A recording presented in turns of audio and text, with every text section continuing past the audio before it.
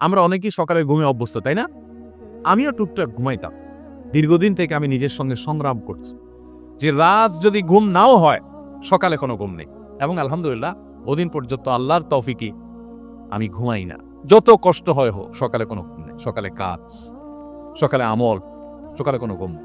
সকালে আপনি ব্যবসা করবেন, ব্যবসা আল্লাহ বরকত দিবে।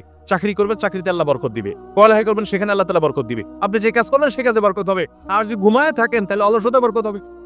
জীবনের বরকত ধ্বংস হয়ে যায়, প্রোডাক্টিভিটি নষ্ট হয়ে যায় এই সকালের ঘুম। আমাদের দেশে বেশিরভাগ মানুষের অভ্যাস এখনো সকালে ঘুমা, ঠিক না বেঠিক? শহরে তো শহরে, এমনকি গ্রামেও এখন মানুষ সকালে 9টা 8টা 9টা পর্যন্ত ঘুমায়, ঠিক না বেঠিক?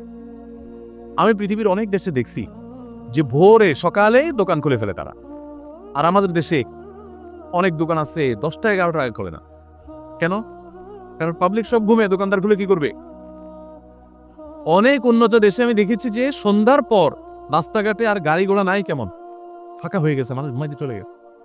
আর আমাদের দেশে রাত 8টা 9টা মানে সবচেয়ে পিক জ্যামের টাইম, কারণ পাবলিক ঘরের গুলো সব বাইরে গেছে।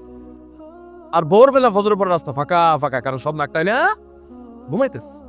ভাইরা আমার, মনে হবে খুব ছোট্ট ইস্যু, ছোট ইস্যু না, অনেক বড় ইস্যু। জীবনের বরকত ধ্বংস হয়ে যায়, প্রোডাক্টিভিটি নষ্ট হয়ে যায় এই সকালের ঘুম।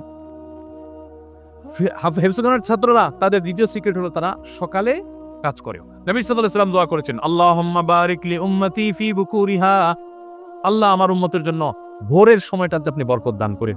নবীজি দোয়া করে গেছেন, সকালে আপনি ব্যবসা করবেন, ব্যবসা আল্লাহ বরকত দিবে। চাকরি করবেন, চাকরিতে আল্লাহ বরকত দিবে। পড়ালেখা করবেন, সেখানে আল্লাহ তাআলা বরকত দিবে। আপনি যে কাজ করবেন, সে কাজে বরকত হবে। আর যদি ঘুমায় থাকেন, তাহলে অলসতা বরকত হবে, মানে অলসতা বেশি হবে। ভাইরা আমার, তাহলে হেফজখানার ছাত্ররা দেখেন ভোর রাতে উঠে যায় এবং পড়ালেখা করে।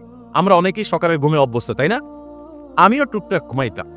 দীর্ঘদিন থেকে আমি নিজের সঙ্গে সংগ্রাম করছি যে রাত যদি ঘুম নাও হয়, সকালে কোনো ঘুম নেই। এবং আলহামদুলিল্লাহ বহুদিন পর্যন্ত আল্লাহর তৌফিকে আমি ঘুমাই না।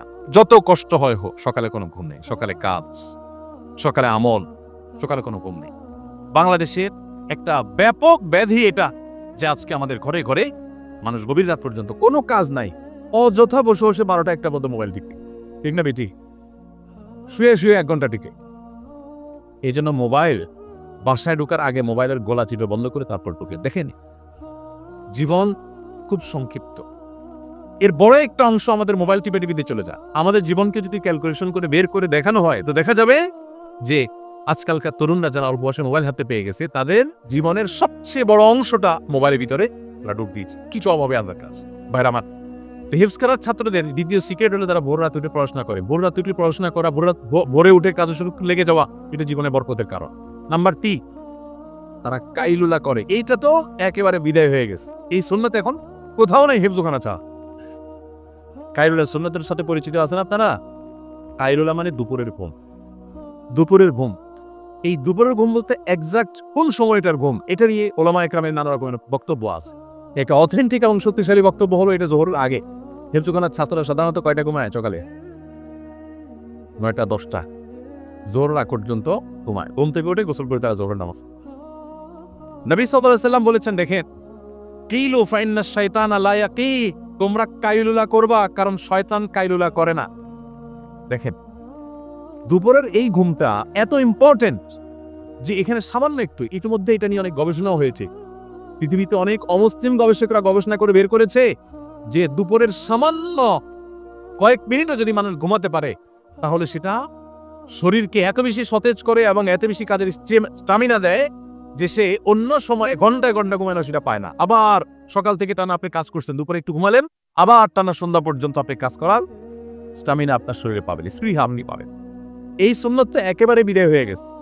আমরা অনেকে জোহরের পরে খায়া দায় আস্তে ধীরে, যদি বন্ধের দিন থাকে, ঘুমের সুযোগ থাকে, তো যায় বিছানা যায়, এমনভাবে বিছানা যায় যে আসর মাগরিবের সাথে পড়ি, ঠিক না ভাই? ঠিক। জীবনের বরকত লাভের জন্য এই 3টা সুন্নাহ জিন্দা করা খুব গুরুত্বপূর্ণ। হেফজখানার ছাত্রদের, এত ছোট ছোট বাচ্চারা এত ভালো করে কোরআন কারীমের হিফজ করে, এত তাড়াতাড়ি সময় হিফজ করে, এর অন্যতম কারণ, অনেক কারণ আছে, আমি এগুলোকে একমাত্র বলছি না।